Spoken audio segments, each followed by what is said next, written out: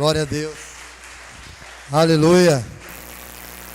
O Igor estava me dizendo que os que participaram ontem da Casa de Milagres estão hoje conosco aqui no culto, amém? Sejam bem-vindos em nome de Jesus. Nós estamos em um tempo, um desafio, e como igreja nós precisamos manifestar a graça de Deus para que outras pessoas venham viver essa experiência poderosa com o Senhor, amém? Eu queria que você fechasse os teus olhos agora, nós vamos orar por isso, orar para que os próximos eventos que irão acontecer com esse propósito também aconteçam da mesma maneira, o Senhor movendo e pessoas se achegando a Ele, porque esse deve ser o principal objetivo da igreja, amém? Pai, nós te louvamos por essa oportunidade que temos, é um privilégio para nós, Senhor, saber que o Senhor nos escolheu, saber que o Senhor, mesmo não tendo nada, nós não temos nada para oferecer, ainda assim o Senhor nos escolheu para anunciarmos a Tua palavra e sermos instrumentos nas Tuas mãos, para que outras pessoas experimentem do Teu amor, do Teu favor, que é imensurável, Pai. Que, doravante, Senhor, todos os eventos que irão acontecer até o dia do nosso encontro, Pai, que o Senhor mova os céus, na rede de jovens, na rede de adultos, cada casa de milagre, cada reunião que será feita, Pai, nós oramos e declaramos, será um mover sobrenatural, porque isso não tem a ver conosco, mas tem a ver com o Senhor, essa é a Tua vontade, esse é o desejo do Teu coração. Aproveita esse tempo de oração para pedir a Tua bênção sobre a Tua palavra nessa noite, que o Teu Espírito Santo nos dê revelação, nos dê entendimento, Pai, que nós saiamos daqui completamente marcados pela Tua palavra, em nome de Jesus, amém e amém, glória a Deus, amém, irmãos, aplauda o Senhor mais uma vez, aleluia, glória a Deus. Estava ouvindo o Igor falar aqui, né, o mês que vem já é setembro, né, os dias estão sendo de fato abreviados. Quero dar um recado antes da palavra aqui. Nós vamos deixar os testemunhos para outro dia, porque o tempo está bem avançado, nós estamos online e a gente precisa remir o tempo. Mas na quarta-feira, uma irmã nos procurou, a Giovana. A Giovana, ela é profissional de beleza, é assim que fala, amor? E ela propôs fazer um trabalho dia de segunda e terça-feira. Ela reduziu os preços dela nos dias de segunda e terça-feira, para que as mulheres possam estar... tem várias coisas que podem ser feitas, né? Cabelo, cílios, enfim, as mulheres sabem, unha, vários trabalhos aí ligados à beleza feminina. E ela está oferecendo a segunda e a terça-feira para esse tempo. Você vai pagar, acho que estava vendo os preços, às vezes até 50% de desconto. E todo o valor arrecadado desse trabalho, 50% desse valor vai ser revertido para o encontro do dia 12, né? Para abençoar vidas para estarem lá. Então, essa é uma forma maravilhosa de você abençoar pessoas para estarem indo para o encontro. Você vai lá, você faz lá, não sei, um botox, eu não sei falar bem, né? O cabelo, né? Faz a unha, faz o cílio, uma série de coisas. Você é abençoado porque você vai pagar metade do preço e ainda vai abençoar uma vida para estar indo para o encontro. Então, você pode procurar os seus líderes depois. Eu postei isso no grupo de líderes do WhatsApp. Os irmãos podem pedir o contato da Giovana e estar agendando. Toda segunda e terça-feira, até o dia do encontro, ela vai estar fazendo isso. Já pode começar amanhã, né? Amanhã, você já pode marcar, se você tiver tempo, já liga para ela, já agenda o seu horário. Vai lá, você vai ser muito abençoado. Ela é uma ótima profissional e você vai estar abençoando também o trabalho, o nosso encontro, que vai abençoar vidas para estar indo para lá. Amém? Os irmãos sabem que o encontro tem um custo e para custear isso, às vezes as pessoas não têm. Nós fazemos várias coisas, essa é uma delas. Eu achei uma atitude, né, muito abençoadora, né, à disposição da irmã de abençoar. Então você também pode estar se juntando a ela nesse processo, amém? Abra sua Bíblia no livro de Lucas capítulo 15. Quase ninguém conhece esse texto. Eu vou deixar para o Wesley dar o testemunho no próximo domingo. Cadê ele? Está aí, Wesley? Tudo bem, Wesley? E aí... domingo que vem eu também vou providenciar. A gente sempre costuma aqui, o pastor e o líder, fazer a oferta, né? Porque é assim que funciona a nossa igreja. Mas domingo que vem eu quero dar a oportunidade para um membro que ele me pediu. E aí domingo que vem ele vai estar compartilhando. Será feito a sua vontade, amém? Abra aí em Lucas capítulo 15. Quem aqui não conhece esse texto ainda? Esse texto é a parábola do filho pródigo, né? Lucas capítulo 15. Eu vou ler até o verso 17 e o 19, não vou ler a história toda, porque todo mundo já conhece, e eu quero me ater apenas a uma atitude aqui, quero compartilhar com os irmãos, nessa noite. Domingo passado nós compartilhamos sobre saindo da caverna, e nós aqui temos alguns exemplos importantíssimos, né? E cada hora que a gente compartilha sobre um tipo de caverna, certamente se assemelha a uma atitude sua, ao momento que você está vendo na sua vida, e o que é mais importante, né? Não ficar na caverna, não morrer nela. E a palavra de Deus, ela é muito rica nessa questão de nos impulsionar a viver aquilo que Ele tem preparado para nós. Toda a palavra de Deus, né, de Gênesis a Apocalipse, foi inspirada por Deus com um objetivo único: levar a igreja a viver cada uma das suas promessas e manifestar esse poder de Deus, manifestar a vida com Deus. Então a vida com Deus é uma vida diferente, é uma vida completamente fora daquilo que a gente está acostumado a ver aí fora no mundo. E aí esse texto aqui é uma parábola que Jesus vai mostrar, é a parábola do filho pródigo, mas a gente gosta de falar que é a parábola do pai amoroso.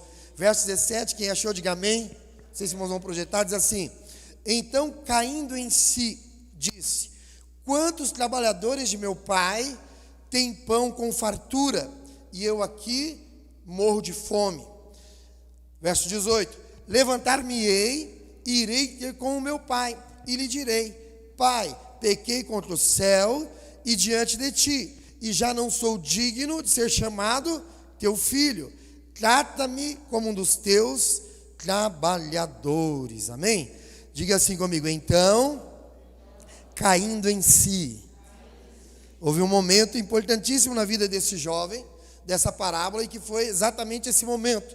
Talvez um momento do cair em si seja um momento da transformação na vida de muitas pessoas. Esse texto, a história é muito simples. O pano de fundo conta a história de um pai que tinha 2 filhos, e o filho mais novo, um dia, ele cansado de viver ali junto com o pai, de estar na casa do pai, ele toma uma decisão tanto quanto estranha, mas ele achou por bem tomar essa decisão, e a decisão é que ele não queria mais morar com o seu pai, ele queria agora viver longe, ver a sua liberdade, que ele achava ser uma liberdade, e aí ele pede aquilo que ele entendia ser direito dele, e se afasta do pai. Por que ele faz isso? Primeira coisa, ele acreditou que viver longe do pai seria melhor do que viver com o pai, né? Ele acreditou que o mundo tinha coisas melhores para oferecer do que a casa do pai. E essa é a verdade, ou a realidade de muitos filhos de Deus hoje, por possuírem o mesmo pensamento, né? Como Asaf citou no Salmo 73, às vezes a impressão que a gente tem é que a gente está perdendo tempo na casa do pai, estamos deixando de viver coisas que são importantes para nós. Esse é o sentimento desse filho. Acredita que não vale a pena viver debaixo da proteção, debaixo do cuidado do pai, e que por viver assim são infelizes, por estar na casa do pai são infelizes, que a felicidade está do lado de fora, que a felicidade está longe do pai, que as coisas do mundo é melhor do que as coisas da casa do pai. Mas a gente sabe que esse é um terrível engano, é um tremendo engano, é uma grande confusão. Esse filho pródigo, ele escolheu o mundo, se afastou, né, se distanciou, cometeu um grande erro. E esse texto, principalmente no verso 17, que nós acabamos de ler, diz que houve um momento da sua vida, da sua peregrinação, que ele caiu em si. Ele teve percepção da besteira que ele havia feito na vida, né, do erro que ele havia cometido. E é sobre isso que nós queremos falar com você nessa noite. É sobre essa questão de cair em si, de ter esse entendimento. Porque o que é a palavra cair em si representa? Nada mais do que ter revelação, do que compreender. Eu era uma coisa, estou vivendo outra, e aquilo que eu estou vivendo hoje, que é completamente ruim para mim, tem a ver somente com as minhas escolhas, com as atitudes que eu mesmo tomei, com as decisões que eu tive para a minha vida. E aí ele passa a enxergar algo que estava sempre diante dos olhos dele. Ele morava na casa do pai, ele desfrutava das coisas do pai, ele vivia em comunhão com o pai. Tudo que estava na casa do pai era para ele também. Só que ele não tinha essa percepção. Ele só foi ter essa percepção depois que ele se ausentou, que ele saiu, gastou todo o dinheiro, passou perambulando pela vida, até ficar sem nada. A Bíblia diz que ele chegou num estado tão ruim, tão deplorável, que ele foi cuidar de porcos, e ele desejou comer a comida que os porcos estavam comendo. E foi quando ele chega nessa situação difícil, é que ele reconhece o erro que ele tomou. E aí ele começa a enxergar aquilo que estava sempre diante dos olhos dele. O favor do Pai, a graça do Pai, o amor do Pai. Ele vivia bem. Ele começou a perceber isso quando ele estava fora, quando ele estava distante, porque até aquele momento ele não tinha essa percepção. Foi necessário acontecer algumas coisas para que ele entendesse que ele se afastou e perdeu tudo. Perdeu todas as coisas. Nessa hora, ele começou a entender coisas importantíssimas para a vida dele. Mas o que é interessante a gente pensar e meditar é que nós não precisamos chegar a um ponto como esse.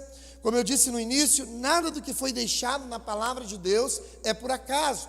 Tudo que foi registrado aqui nas Escrituras Sagradas tem sempre um objetivo de nos ensinar. Sabe, nós estávamos conversando sobre algumas coisas, e em 4 pessoas no trabalho, e aí sempre essa questão entra lá, vamos falar da Bíblia, às vezes eu fico quieto, eu não quero opinar, não quero falar aquilo que eu acredito, porque eu não quero contrariar ninguém com a sua fé. Eu tenho um entendimento seguinte: cada um viva conforme a sua fé. Viva conforme a sua maneira. Eu creio que a palavra de Deus diz e acredito que tudo que está registrado nela serve para me ensinar, para me conduzir naquilo que Deus tem para a minha vida. E tenho ela como verdade, eu tomo ela como verdade, como palavra de Deus. Mas nem todo mundo vê dessa forma. Então Deus deixa registrado algo. Por que Ele deixa registrado essa parábola? Porque existem muitas pessoas com essa mesma condição. Às vezes vivendo na casa do Pai, com tudo sendo favorável, o amor do Pai disponível, o favor do Pai disponível, mas está sempre com a mentalidade, pensando o tempo todo, achando o tempo todo, que viver fora da casa do Pai é melhor do que estar na casa do Pai. Que desfrutar das coisas que estão lá fora é infinitamente melhor do que desfrutar daquilo que está na casa do Pai. E aí aqui a gente vê a primeira revelação desse filho. Porque veja que, a partir do verso 17... ele começa a sua oração, a sua exclamação, ele começa falando o seguinte: com tantos trabalhadores da casa do meu pai, tem pão em abundância. Primeira percepção que ele tem. E aí você tem que acompanhar o raciocínio para você entender algo aqui. Ele está falando o seguinte: meu pai tem muitos funcionários, meu pai tem muito empregado na casa dele, e todos os empregados do meu pai têm abundância de pão. São funcionários, são servos, mas eles têm pão em abundância, eles têm muita comida. E em outras palavras, estava dizendo o seguinte: os funcionários do meu pai, os empregados do meu pai, ou os colaboradores, né, para ser politicamente correto, os colaboradores do meu pai estão vivendo melhor do que eu na casa do meu pai, do que eu sendo filho, vivendo no mundo. Essa é a primeira conclusão que ele enxerga. Olha que coisa, eu sou filho, mas pelo fato de eu estar fora, longe da casa do meu pai, os colaboradores do meu pai estão vivendo melhor do que eu. Ele cai em si, e essa é a primeira revelação que ele tem. Na casa do pai, até os trabalhadores desfrutam melhor das coisas do que o filho que está no mundo. Isso é tremendo, isso é algo poderoso, porque eles viviam melhor do que ele. Ele estava no mundo, foi a escolha dele, mas ele chega em uma conclusão que ele percebe algo importantíssimo: eu fiz a escolha errada, estar aqui não é bom como eu pensava, porque agora eu vejo que os trabalhadores vivem melhor do que a vida que eu estou vivendo hoje, estão melhor do que eu. Ou seja, ele entendeu que um filho do pai não pode viver no mundo. Um filho do pai não pode estar distante da casa do pai. O melhor para ele é estar na casa do pai. E muitas pessoas, infelizmente, são enganadas com essa mentira do diabo. Quarta-feira estava compartilhando um princípio aqui com os irmãos, para a gente trabalhar nessa seara que já está pronto para a colheita. E eu falei para os irmãos que o diabo tem 2 formas de agir na nossa vida. A primeira delas é procurar distorcer a palavra de Deus. É confundir você na teologia, naquilo que a Bíblia realmente quer dizer. E a segunda é apagar a sua visão com relação às coisas de Deus, desviar o seu foco, desviar o seu olhar. Esse filho foi, vou usar esse termo que está muito atual, foi contaminado com esse mal do inimigo, do Satanás. Esse filho, ele foi enganado, cegou-se os olhos, e ele deixou de ter a percepção de que aonde ele estava era o melhor lugar para ele estar. Infelizmente, tem muitos filhos de Deus que têm sofrido com o mesmo engano, que tem sofrido com a mesma situação, né? Foi enganado achando que o mundo seria melhor. Isso é um grande engano. É melhor você estar na casa do Pai do que estar em qualquer outro lugar, sendo Ele no mundo.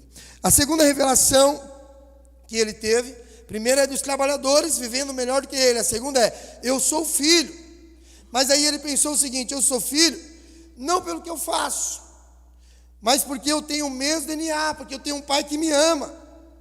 Então veja, quando o filho cai em si, ele decide voltar para a casa do pai, ele decide se reencontrar com o pai. Mas ele falou assim, eu vou pedir para ser um trabalhador, porque se os trabalhadores vivem melhor do que eu, então é melhor eu ser trabalhador na casa do pai do que ser filho no mundo.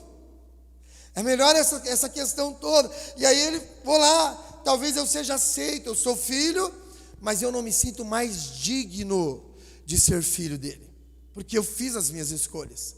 Eu pensei que eu estava certo, eu estou errado, então agora eu perdi a minha condição de filho. Ele vai voltar para o pai agora, buscando pelo menos ser como um dos trabalhadores. Ele pensava que a posição de filho estava sujeito às coisas que ele fazia, às suas práticas, às suas atitudes, e porque ele não tinha tomado uma atitude correta, que era a vontade de Deus, ele achou que, agora eu não posso mais ser filho, mas se meu pai me aceitar pelo menos como um dos seus colaboradores, será muito melhor do que viver a vida que eu estou vivendo. Ele foi mais uma vez enganado, apesar de ter a percepção de cair em si, porque o inimigo coloca no coração dele o seguinte, você não pode mais ser filho. Veja que até no último instante, na situação mais deplorável, o diabo continua agindo. Realmente, você é filho, verdade, os trabalhadores vivem melhor do que você na casa do seu pai, mas você não pode mais ser filho dele, você não pode mais estar na condição de filho. Volta para lá, mas quando você voltar para lá, pede para que ele te aceite como um dos seus trabalhadores. O diabo já tinha percebido o seguinte, ele vai voltar, não tem outro jeito, que ele viu que os trabalhadores vivem melhor, mas eu vou pelo menos impedir de que ele volte como filho, Olha o que diz aqui no versículo 20 e 24, nós não lemos, eu quero ler para você. E levantando-se, foi para o seu pai. Vinha ele ainda longe, quando seu pai o avistou, e compadecido dele, correndo, o abraçou e beijou. E o filho lhe disse, pai, pequei contra o céu e diante de ti, e já não sou digno de ser chamado teu filho. O pai, porém, disse aos seus colaboradores, aos seus servos, trazei depressa a melhor roupa, vestiu, ponde-lhe um anel no dedo, sandália nos pés, trazei também, matai um novilho cevado, comamos e regozijamo-nos, porque este meu filho estava morto, e agora reviveu, estava perdido e foi achado, e começaram a festejar e a regozijar-se. Olha que coisa interessante, que a ausência do filho, por mais que o pai tenha a expectativa do filho voltar, enquanto o filho está ausente, a condição desse filho não é de deixar de ser filho, mas é de um filho que morreu. Olha o que o pai fala, esse meu filho estava morto, mas hoje ele reviveu. Quando ele volta para a casa do pai, é como aquele filho renascer para o pai novamente. É como ele retomar a sua posição. Então o que eu quero falar para você com esse princípio que nós estamos vendo aqui nessa noite? Nós somos filho de Deus. Nós temos um Pai celestial, mas o que nos torna filho dele não são as nossas atitudes, não são as nossas práticas, não é aquilo que nós fazemos, mas o que nos torna filho de Deus é o DNA que nós recebemos através da morte de cruz de Cristo Jesus. É o sangue de Cristo que está sobre as nossas vidas que nos faz ter o mesmo DNA do Pai que está no céu. Não é a minha atitude, não é a sua atitude, não é aquilo que você fez ou deixou de fazer. O Pai olha para você como filho, porque sobre você está o sangue do Cordeiro, está o sangue do Filho amado Jesus Cristo. Nós nos tornamos filho, porque nós um dia o aceitamos como nosso Salvador. Então não importa o que nós façamos, onde nós estejamos, o fato é que nós somos filhos de Deus. Olha para essa pessoa que está falando assim, você é filho de Deus. Quando o filho chega diante do pai e se prostra diante dele e fala, pai, eu pequei contra o céu e pequei contra ti, que é um princípio bíblico isso, e ele fala, já não sou digno de ser chamado seu filho, mas aceite-me como um dos teus trabalhadores. O que o pai faz com essa proposta? O pai aceita, sim ou não? O pai nem olha para isso. O que o pai fala? Olha aqui, O pai já tinha abraçado e beijado, e o filho se ajoelha, faz esse clamor para o pai, mas o pai olha para os servos, nem dá atenção para o que ele está falando. Traga lá a roupa, traga lá o anel, traga a sandália, traga o novilho cevado, vamos fazer uma grande festa. Sabe por quê? Porque meu filho estava morto, mas hoje ele reviveu. Aleluia! O pai não quis nem saber que empregado o quê, que servo o quê. Você é filho, você é filho. E o que é que te faz ser filho? É estar na casa do pai, é ter comunhão com o pai, é viver a vida do pai. Agora deixa eu te falar, meu irmão, essa é a dúvida que o diabo lança na maioria dos cristãos. É filho ou não é? É filho ou não é? Será que de fato você é filho? É justamente onde o diabo entra. Se a forma de você se relacionar com Deus é através da fé, o diabo, para impedir o seu relacionamento com Deus, ele coloca dúvida no seu coração. Tudo que é dúvida não é de Deus. E quando você tem dúvida na forma de se relacionar com o Senhor, pode ter certeza que essa é uma semente maligna, porque é justamente onde o diabo entra na sua vida. A dúvida é uma brecha para o inimigo agir na sua vida. Ele usa essa brecha para entrar na sua vida e destruir todo o relacionamento que você tem com o Pai. Todo o relacionamento que você tem com o Pai. Agora deixa eu te falar, afirmar uma coisa para você. O pai nunca teve dúvida de que ele era filho. Então essa dúvida não é do pai, essa dúvida é do filho. Então se existe dúvida sobre a sua filiação com Deus, eu quero te falar que essa dúvida não vem de Deus. Porque para o pai, ele nunca teve dúvida. Você é meu filho, você é filho, e ele te ama por isso, meu irmão. Deus nunca teve dúvida de que ele era filho amado. Muitos filhos acabam tendo dúvida porque permite que o diabo entre no coração deles. Aquele filho sabia que na casa do pai havia 2 grupos de pessoas. Olha que coisa interessante. Na casa do meu pai tem 2 grupos de pessoas. Tem o quê? Tem os filhos, aqueles que são filhos, e tem aqueles que são trabalhadores. Diga comigo, filhos e trabalhadores. Essa é a certeza que ele tem. Ele olha para a casa do pai, ele lembra da casa do pai, e ele vê filhos, porque essa é a comparação que ele faz. Os trabalhadores do meu pai estão vivendo melhor do que eu. Isso era muito claro para ele. Agora, o que não era claro para ele é qual dos 2 grupos ele fazia parte agora. Tem trabalhador, mas tem filho. Qual é o grupo que eu faço parte? Eu sou filho ou eu sou trabalhador? Não, acho que filho eu não vou ser mais, então eu vou pedir para ele me aceitar como trabalhador. Essa era a dúvida do filho pródigo. Mas e a sua dúvida? Qual é a sua dúvida, meu irmão? O que é que você pensa com relação a si mesmo? Quando você olha para o seu relacionamento com Deus, como é que você se vê diante de Deus? Como é que você se relaciona com Ele diante de Deus? Como é que você se posiciona diante dEle? Será que você se posiciona como um trabalhador ou você se posiciona como um filho? Como um verdadeiro filho? É importante você entender isso, porque na casa do pai existem esses 2 grupos de pessoas. Se você é filho ou trabalhador, essa questão ela só se resolve quando você cai em si. E aí eu quero fazer alguns paralelos para você entender aqui o que é filho e o que é trabalhador. Lá em João, capítulo 1, versículo 12, se quiser abrir a sua Bíblia aí, pode abrir. João 1, 12. São 2 grupos completamente diferentes na casa do Pai. E a casa aqui é você viver na presença do Pai, a obra do Senhor, a igreja de Cristo.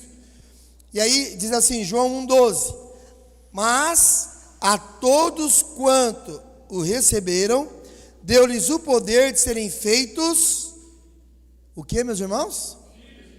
Diga para a pessoa que está do seu lado assim, mas a todos quantos o receberam, deu-lhes o poder de serem feitos filhos de Deus. Diga de novo, filhos de Deus. Quem é que se torna filho de Deus? Aqueles que creem no seu nome. Então, aqui é uma afirmação. Isso aqui é uma sentença limitadora da palavra de Deus. Se você creu no nome de Jesus e você o recebeu como Salvador da sua vida, você se tornou filho e ponto.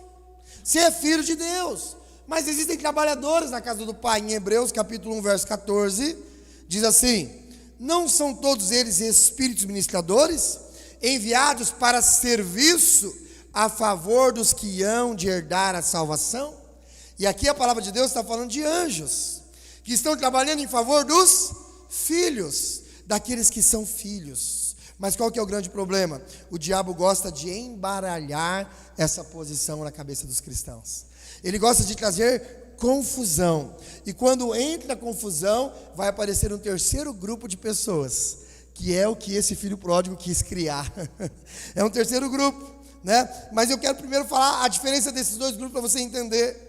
Quando o diabo entra nisso, o diabo ele vai formar uma nova mentalidade na cabeça dos filhos de Deus, que é os filhos de Deus com uma identidade corrompida, que está agindo como trabalhador porque não se sente digno de ser filho de Deus, não reconhece mais a graça e o favor de Deus, e aí ele não acha, ele não quer se distanciar do pai, ele quer estar perto, então ele coloca condições para que o pai o aceite.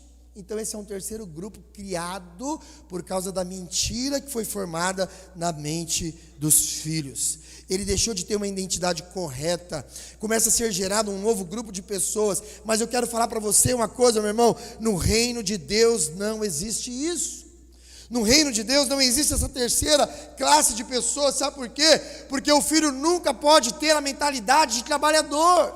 Um filho é e será sempre filho. E nada vai alterar essa condição. Nada vai alterar essa condição. Mas é fato que existem filhos se portando como trabalhadores. É fato que existem filhos que agem como se fossem colaboradores do pai. E aí eu quero te dar aqui alguns exemplos. Qual a diferença do trabalhador para um filho? Primeiro, um trabalhador que está na casa do pai, ele está trabalhando, mas sempre com os olhos na recompensa. Ele sempre está esperando um salário. Todo trabalhador trabalha por conta de um salário. Então a pessoa se relaciona com o pai como trabalhador, esperando sempre uma recompensa daquilo que ele está fazendo, ou seja, um salário. Ele não faz porque ele ama, porque ele quer fazer de fato, ele faz porque ele quer um pagamento por aquilo. E se você leva isso para o lado natural, é interessante que quando uma pessoa está trabalhando e ele está descontente com o salário, aí ele começa a fazer corpo mole no serviço, ele não quer fazer, ele levanta desanimado, quando ele não está muito bom para ir trabalhar, está chovendo, está frio, ele vai lá, falar igual os jovens falam, mete o louco, né? Põe um atestado, né? Para dizer que ficou doente. Por quê? Porque ele está lá, ele não quer perder o emprego, mas ele também não quer estar lá trabalhando não, ele só vai porque ele quer o salário. Então essa é a atitude de um trabalhador. Mas e o filho? Como é que um filho age? O filho, ele recebe uma herança e desfruta dela, porque ele é filho. Ele é filho. O filho é alguém que tem intimidade, ele é alguém que tem a mentalidade de que, uma mentalidade completamente transformada, de que tudo que é do pai é dele. Então o que ele faz para o pai, ele não faz esperando em receber algo, ele já faz porque ele sabe que tudo é dele. Como diz a palavra, tudo é vosso. Segunda comparação, um trabalhador vive emburrado, né? Ou melhor, vive em função do lugar onde ele terá o melhor retorno. Então, aonde é que está pagando mais? Eu vou lá, porque lá está pagando mais, não é assim? Às vezes está numa empresa trabalhando, está descontente com o salário, você está sempre olhando, mandando currículo para outro lugar. Não tem nada de errado nisso, não, quando você trabalha pelo salário, né? Eu vou procurar um melhor para você, é natural isso. Então o trabalhador, ele vai aonde lhe propor uma melhor condição, um melhor pagamento, porque ele trabalha pelo salário. Por isso que o trabalhador muda de casa dependendo da proposta. Quem se relaciona com Deus como um trabalhador vai ficar sempre mudando de casa. Quem lê entende. Quem pegou, diga amém. Nunca está bom, né? Onde é que está melhor? Aquela casa ali está melhor. Ó, lá tem mais fogo, lá tem mais profecia, lá tem mais.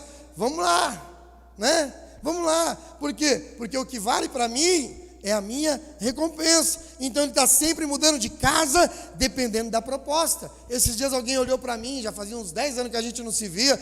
E aí, como você está? Está na igreja e tal, não sei o quê. É um pastor, diga-se de passagem. E ele falou para mim, você está na videira ainda? Eu falei, por que não deveria estar? Por que não deveria estar? Mas é aí que está, o trabalhador ele está sempre indo aonde está melhor, onde é mais bonito, onde é mais aconchegante, onde o ambiente é mais agradável, né? Porque eu quero o melhor, então eu vou buscar isso, né? Mas e o filho? O filho nunca muda de casa, sabe por quê? Ele tem um DNA do pai, e ele está sempre junto com o pai. Terceira comparação, um trabalhador vive baseado em regras e normas. É regras e normas, é lei. Um trabalhador tem regras para cumprir. Se ele não cumprir, ele fica sem o salário. Mas um filho nunca tem regras. Às vezes o filho, vou expor um pouco meu filho aqui, muda de casa, vai para lá, vai para cá, tem que se acostumar com a casa, ele ou dorme com o irmão, dorme com a irmã, às vezes dorme com o pai, né? E o filho está lá dormindo, às vezes com medo, e aí ele começa a noite. Pode ser a hora que for, papai, mamãe. Por que ele faz de madrugada? Papai, mamãe, filho, dorme, aí você está perto. Não, quero ir aí. E aí ele vai chegando, quando a gente menos percebe, já está lá no meio de nós. Por quê? Porque é filho. O empregado jamais vai fazer isso. O empregado jamais vai ter essa intimidade, né, de no meio da madrugada, entrar no seu quarto, abrir a porta e deitar na cama no meio do papai e da mamãe. Por que faz? Porque é filho. O filho sabe que é filho. O filho, ele chega na casa e ele vai lá e abre a geladeira e fala: o que é que tem para comer aqui hoje? Né? E tudo que está na casa, o filho come. Às vezes o pai coloca para comer, quando chega para comer, os filhos já comeu. Mas por que faz isso? Porque é filho. Agora, um empregado vai fazer isso na casa do patrão, sim ou não? Ele vai chegar lá na casa do patrão: deixa eu ver o que tem aqui hoje. Deixa eu beber aqui, deixa eu comer. Ele não vai, por quê? Porque é empregado. Então veja, essa é uma diferença. A gente precisa entender, o trabalhador tem regras, mas o filho tem liberdade. O filho tem aproximação. O filho tem aquilo que o Tiago falou agora no começo do culto: o filho tem intimidade. O filho se relaciona com amor. Esses dias eu estava em casa ajoelhado, acho que era umas meia-noite e pouco, orando, de joelho na sala, estava lá no sofá clamando. Daqui a pouco eu sinto um ombro do meu lado, olhei, era meu filho, e ele joelhou e começou a orar, e passamos um tempo ali orando junto. Porque é filho, o filho tem essas coisas, não quer saber o que você está fazendo. Ele vai lá, ele vai estar junto, porque ele é filho. Filhos não têm regra, filho tem livre acesso ao pai. Irmãos, uma das maiores promessas que Deus fez para aquele que é filho é que o véu do templo se rasgou de cima a baixo e nos deu livre acesso ao pai. Hoje eu e você, como filhos de Deus, podemos acessá-lo livremente, em qualquer momento, em qualquer hora, em qualquer situação, independente daquilo que nós estamos fazendo ou deixamos de fazer. Ele é o nosso pai, e tudo que ele espera é que nós o olhamos para ele dessa forma. De fato nós possamos nos relacionar com ele dessa forma, de chegar-se diante dele e falar: paizinho, paizinho querido, e abraçar ele livremente. Oh meu Deus, sabe? Mas existe uma verdade dentro disso tudo, porque às vezes os trabalhadores se relacionam com o pai porque ele tem em sua mente que ele precisa trabalhar para ser aceito. E o filho precisa ou não trabalhar? O filho trabalha ou não trabalha? O filho também trabalha, mas a mentalidade do filho é diferente. Veja que enquanto nós somos criança, o filho não trabalha. Eu tenho 3 filhos, um de 9, uma de 17 e um de 29. O de 29 agora ele já percebeu as necessidades da casa e ele já colabora. O de 17 e o de 9 ainda está só no desfrute. É 8, 9? Errei. Ele está aqui. Ele vai fazer, né, amor? Mas só desfruta, né? E não percebeu ainda as necessidades. Ele não quer saber se você tem dinheiro para pagar a conta da internet. Ele não quer saber de nada. Por quê? Porque é um filho ainda imaturo. Mas quando o filho começa a crescer e ter maturidade, ele começa a perceber as necessidades da casa. E naturalmente ele começa a ajudar o pai, porque ele quer ver o pai bem. Então o trabalho do filho não é um trabalho obrigado, não é um trabalho forçado, não é um trabalho pela recompensa, mas é um trabalho porque ele ama o pai e quer alcançar o propósito do pai. Quantos me entendem? Diga amém. Assim nós devemos se relacionar com a igreja do Senhor. Os filhos, quando ainda é criança, não entendem a necessidade de evangelizar, de fazer casa de milagre, de fazer encontro, de ofertar, de dizimar. E é compreensível, porque são imaturos ainda. Sabe, esses dias eu estava lá jogando, 2 filhos, 2 videogames, e internet para a mulher estudar, um monte de coisa. Precisamos de uma internet melhor, papai, essa internet está travando. Quer saber? Vamos colocar. E por que ele faz isso? Pai, eu preciso de uma internet melhor. Por quê? Porque está travando o meu jogo. E o pai dá ou não dá? Dá. Por que dá? Porque é filho, meu irmão. Porque é filho. Você precisa aprender a se relacionar com o pai como filho. Como um verdadeiro filho. Oh, Deus. Mas aí o filho vai ganhando maturidade. E na medida que ele cresce, ele se envolve com o trabalho do pai. Em João capítulo 5, verso 15, eu estou caminhando para o final. Diz assim: o homem retirou-se e disse aos judeus que fora Jesus quem o havia curado. E os judeus perseguiam Jesus porque fazia estas coisas no sábado. Mas ele lhes disse: meu pai trabalha até agora e eu trabalho também. Olha que coisa. Mas Jesus trabalhou a vida toda? Não. Quando ele chegou no auge da sua maturidade, assumiu o seu ministério e começou a trabalhar em favor do propósito do Pai. Mas houve um tempo de criança de Jesus, houve um tempo de desenvolvimento. Ele era filho de Deus, mas quando chegou na maturidade, ele entendeu o seu propósito e trabalhou em função do projeto do Pai. 1 Coríntios capítulo 15, versículo 10, Paulo agora afirmando, diz assim: mas pela graça de Deus eu sou o que sou, e a sua graça que me foi concedida não se tornou vã. Antes trabalhei muito mais que todos eles. Todavia, não eu, mas a graça de Deus comigo. Nós somos filhos, mas fomos chamados para fazer parte dessa obra eterna do Pai. Só os filhos conseguem compreender isso, irmão. Só os filhos. E o Pai espera isso. Por que o filho trabalha? Por que o filho, ele se esforça na obra do Pai? Porque ele tem o mesmo DNA, porque ele ama o propósito do Pai, porque ele deseja de fato ver a obra do Pai consumada, porque o filho aprende a fazer as mesmas coisas que o Pai. Aí uma coisa importante a gente tem que declarar nessa noite: a Bíblia fala que Deus já nos deu o seu reino. Se nós somos filhos de Deus e fazemos parte desse reino, o reino de Deus é nosso. Então tudo aquilo que nós fazemos na obra do Pai é para nós. Por quê? Porque nós estamos edificando um reino que é nosso. Se Ele é nosso Pai, nós somos seus filhos. Se esse Pai tem um reino, nós também temos o reino. E tudo aquilo que nós fazemos em prol desse reino, nós fazemos para o Pai, mas fazemos também para nós. E essa é a alegria do filho. Essa é a alegria do filho. Ao trabalhar no reino, nós estamos fazendo algo que tem a ver totalmente conosco. Entendemos a obra do Pai, entendemos o que Ele deseja e por isso nos esforcemos. E quando nós trabalhamos como filho, isso glorifica o Pai. Quando o filho entende a importância dele trabalhar em prol do reino de seu Pai, o nome do Pai é glorificado. Aí lá em João 17, versículo 4 diz assim: eu te glorifiquei na terra, consumando a obra que me confiaste para fazer. Chega uma hora que o filho cresce, e quando ele cresce, ele entende o propósito dele ser filho. Deixa eu falar uma coisa para você, meu irmão, que está aqui nessa noite, você que me acompanha pela internet. Você não faz parte desta igreja por acaso.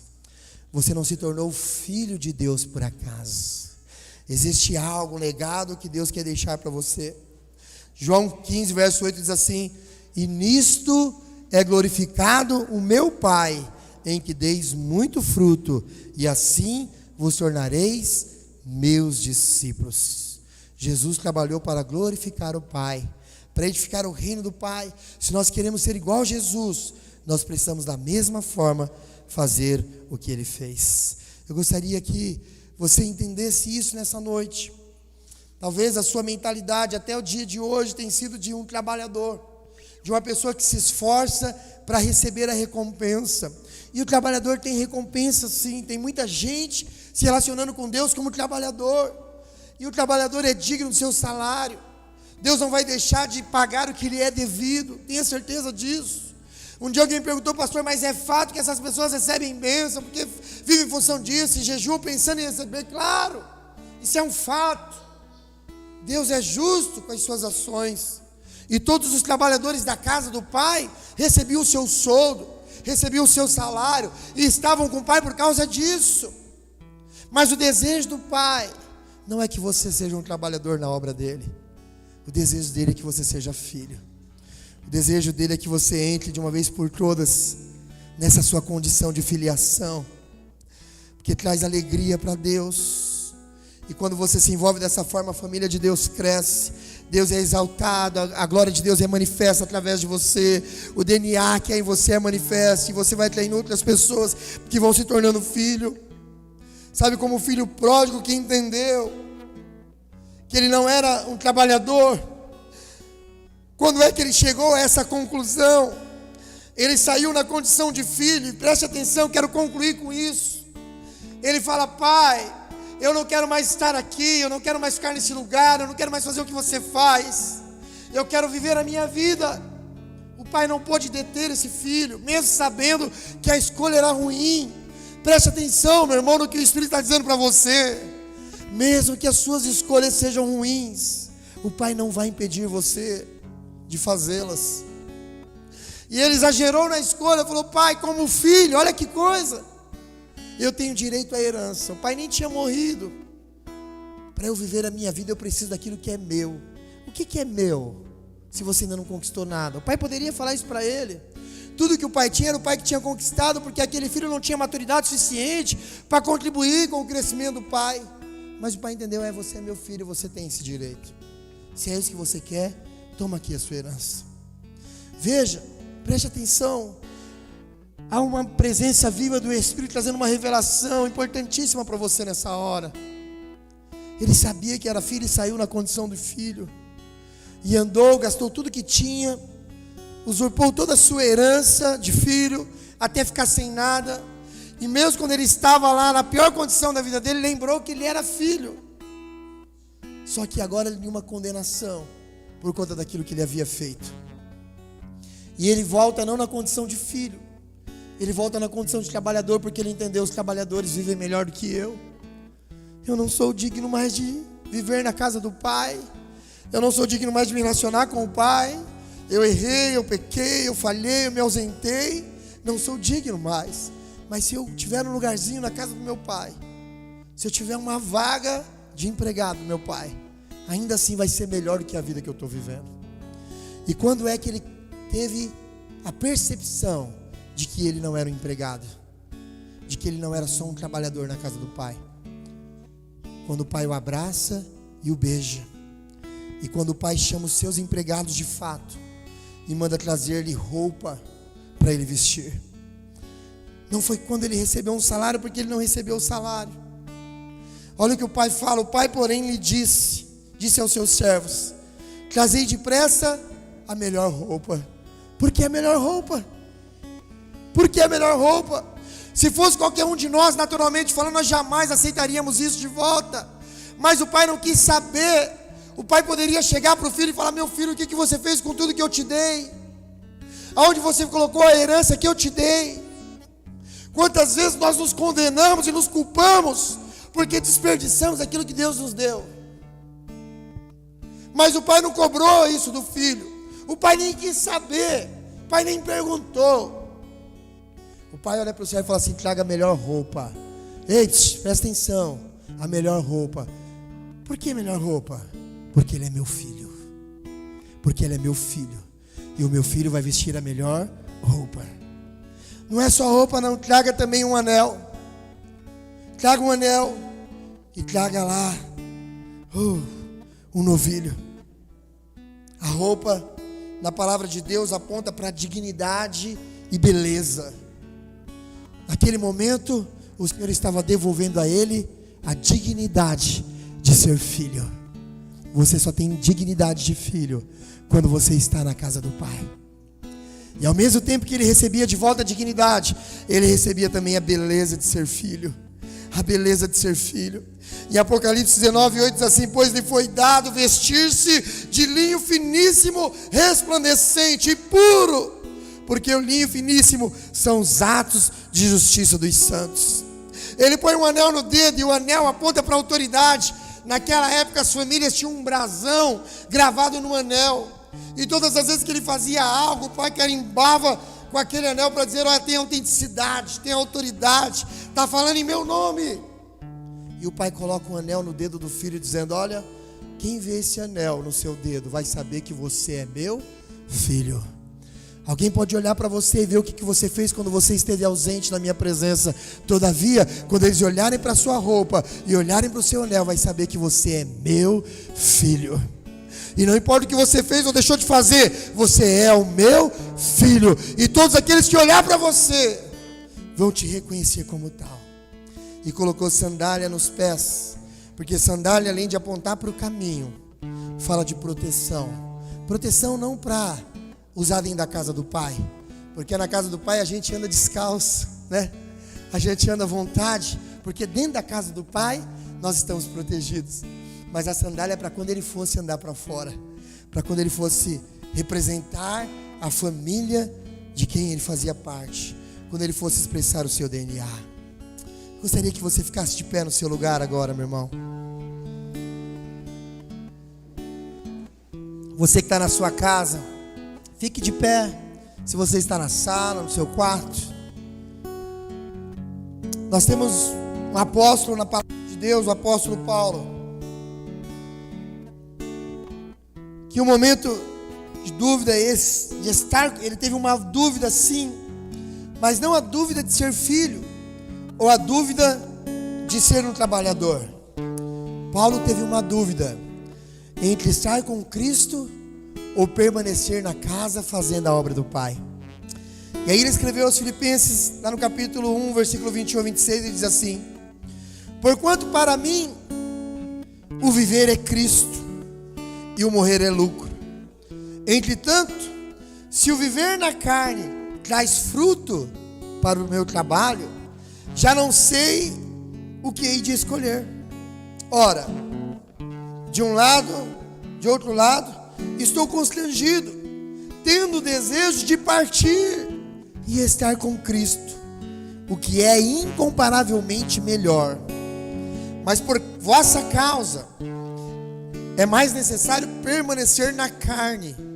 E convencido disso, estou certo de que ficarei e permanecerei com todos vós, para o vosso progresso e gozo da fé, a fim de que aumente quanto a mim o motivo de vos gloriardes em Cristo Jesus, pela minha presença de novo convosco. Paulo percebeu algo interessante. Esse aqui é um filho que tem identidade completamente consolidada, mas é um filho que também tem maturidade. E ele está falando assim: eu desejo tanto estar com Cristo. Paulo está dizendo: eu queria tanto morrer. Vou parafrasear com ele: o meu desejo é morrer, porque se eu morrer, eu vou estar com Cristo. E isso é incomparavelmente melhor do que estar aqui. Mas se é melhor eu ficar aqui para trabalhar em função do reino do meu Pai, então por vossa causa eu vou ficar, por essa causa eu vou permanecer. Ele percebeu que é melhor aproveitar o tempo de Deus para produzir frutos para o Senhor, para manifestar os frutos. Trabalhar faz parte da rotina da casa de Deus, mas esse trabalho precisa ser feito com entendimento. Esse trabalho precisa ser feito com alegria, com convicção no coração. Queria que você fechasse os seus olhos aí onde você está. Quantas coisas nós falamos aqui nessa noite. Nós estamos vivendo um tempo onde se faz necessário a igreja do Senhor se levantar, os filhos de Deus se manifestarem na terra, os filhos de Deus manifestarem a glória do Pai, a glória do Pai. Esse é um tempo de nós de fato descansarmos, porque nós somos filhos e somos filhos amados do Senhor. Esse é um tempo de nós desfrutarmos dessa presença viva, para que outras pessoas olhem para nós e almejem ser aquilo que nós somos em Deus. Oh Espírito Santo de Deus, esse é um tempo onde a nossa convicção não deve estar firmada nas convicções do mundo ou nas circunstâncias que nos é imposta. Nós precisamos sim de fato estar firmados na palavra de Deus, que é a verdade para as nossas vidas. Se você está aqui nessa noite, meu irmão, e você já recebeu Jesus como seu único e suficiente Salvador, o Pai nessa noite está selando a sua filiação com Ele. Ele está reafirmando a sua filiação. E Ele está dizendo para você: você se torna filho, não é pelo seu muito fazer, não é pelas coisas que você já fez, não. Você é filho, porque você tem o mesmo DNA, você tem o mesmo sangue de Jesus Cristo sobre a sua vida. Não importa a condição que você entrou aqui hoje, não importa o que você tem vivido até o dia de hoje, mas o Senhor nessa hora quer selar isso na sua vida, meu irmão. E se você crê que essa é a verdade para você nessa noite, eu quero orar com você para que você se aproprie dessa verdade, para que você não viva mais de acordo com as circunstâncias dessa vida, que você não viva mais de acordo com as suas práticas religiosas, mas para que você viva de acordo com o que diz a palavra de Deus nessa noite.